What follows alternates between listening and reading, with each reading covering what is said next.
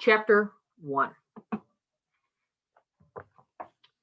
Captain Charles Moore felt the wind across the North Pacific Ocean die to a whisper. A few weeks earlier,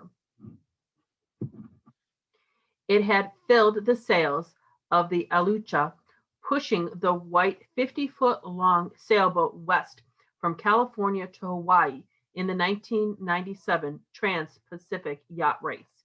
He carried a trophy for third place and was enjoying brisk winds pushing him and his crew back home to California until now. Moore had scanned weather reports and turned the Alucha's bow southeast. It had entered an expanse of ocean that was all still as a painting. Sailors usually try to avoid the northern Pacific Ocean. The weather there is not too stormy or unpredictable, but too calm. Legends tells of desperate sailors waiting so long for wind that they had to conserve drinking water by drowning their cargo of livestock. Sailors and scientists now understand that this quiet expanse of the ocean is the center of the gyre, a whirlpool that is thousands of miles wide. Powerful currents flow around the edges like rivers through the ocean, driven by the wind and Earth's rotation. The currents sweep west across the Pacific Ocean and up the coast of Asia. Then they move east across the ocean, down the west coast of North America, and west to begin the cycle again. The water, encircled by the current, turns clockwise sluggishly. Moore's modern sailboat was equipped with diesel engines, a system to make seawater drinkable, and a radio to call for help. Even so, a detour across these calm waters would haunt him. It would convince him that the ocean held a danger so great that it threatened the survival not only of his crew, but of organisms all over the globe. On August 8th, while standing on deck, Moore saw something unexpected. Here and there, odd bits and flakes speckled the ocean's surface. He later wrote in the book, The Plastic Ocean, how the sea captain's chance discovery launched a determined quest to save the oceans. He was disturbed because the objects were plastic. He said it looked like a giant salt shaker was sprinkled bits of plastic onto the surface of the ocean. Each day he scanned the water and found that no matter the time of day or how many times a day I looked, it's never more than a few minutes before I saw a plastic morsel bobbing by. A bottle here, a bottle cap there, scraps of plastic film, fragments of ropes or fishing net, broken down bits of former things. For 7 days, the Alusha traveled more than 1,000 miles, with Moore noticing that they were always there, plastic shards fluttering like lost moths in the surface waters of the deep, remote ocean. Moore returned to the Aleutia's Bay, California, where he had spent his youth swimming, surfing, and sailing the Pacific Ocean. By the 1980s, he wrote, Pollution of many kinds made residents think twice about eating a fish they caught off that pier. Now he wrote that he could not stop thinking about all those miles and days of plastic. Over the decades, we'd got to use to sight of trash on the beaches, by the roadsides, and in riverbeds or shopping bags fluttering on fences and branches. But something seemed very wrong about this plastic trash in the mid Pacific. He wanted to know why it was there. Oceanographer Curtis Epsmar offered Moore an explanation. Since the 1990s, Ebsmore had studied how plastic trash moved through the ocean. He demanded on a network of volunteers to report he depended on a network of volunteers to report what trash washed up on shores, which containers of manufactured goods shipped slipped off ships. Eismer mapped the travel of their buoyant plastic contents to beaches around the world. In 1992, an accidental spill of thousands of plastic bath toys in the Pacific Ocean sent yellow ducks washing up along the U.S. West Coast and Hawaii.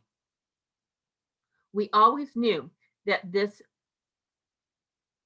gaggery existed, Ebsmer, said, but until the ducks came along, we didn't know how long it took to complete a circle. For more than a decade, ducks traveled and landed on shores in South America, Europe, Australia, and even the Arctic. Epsmeyer realized that 11 gyres in the world's ocean, along with ocean currents, work together like giant conveyor belts, circulating seawater and everything floating in it. Ebsmeyer convinced Moore that a gyre's slow-moving water does not simply carry plastic bits of trash. It creates them. First, the gyre's current works with a toilet bowl effect of dragging the debris from the rim and bringing it into the center. Moore said, but it never flushes. It just keeps adding and adding. In the trash vortex, plastic trash remains trapped for years. Under the sun's ultraviolet rays, plastic turns pale and brittle. It breaks apart in the salty water as waves jostle it endlessly. Gyres slowly spread plastic into bits called microplastics. More than 90% of the plastic at sea might be smaller than a grain of rice. Epson Myers has estimated that a 1-liter plastic bottle crumbles into enough microplastic pieces to put one on every square mile of the world's beaches. Moore was restless, not for more racing trophies, but for answers. He always had been. In 1994, he had founded the Aliga Marine Research Foundation, an organization to help clean up polluted coastal waters. When he helped design the Aluta, he equipped the sailboat with a laboratory to analyze water samples. Armed with nets, he and a small crew sailed back to the North Pacific gyre in 1999, searching for what Moore called the unseen blanket of granular plastic covering the ocean's surface that Epspire believed was there. Some plastic trash was easy to find. Moore observed that smaller objects had found each other in the middle of millions of square miles of seemingly empty ocean, and the ocean stitches them together, making a grotesque model.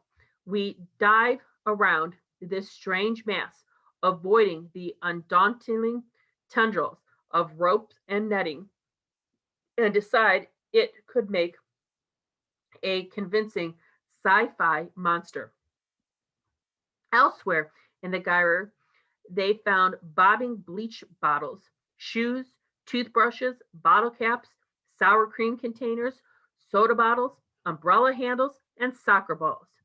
Moore knew that gyros would eventually turn this trash into plastic fragments.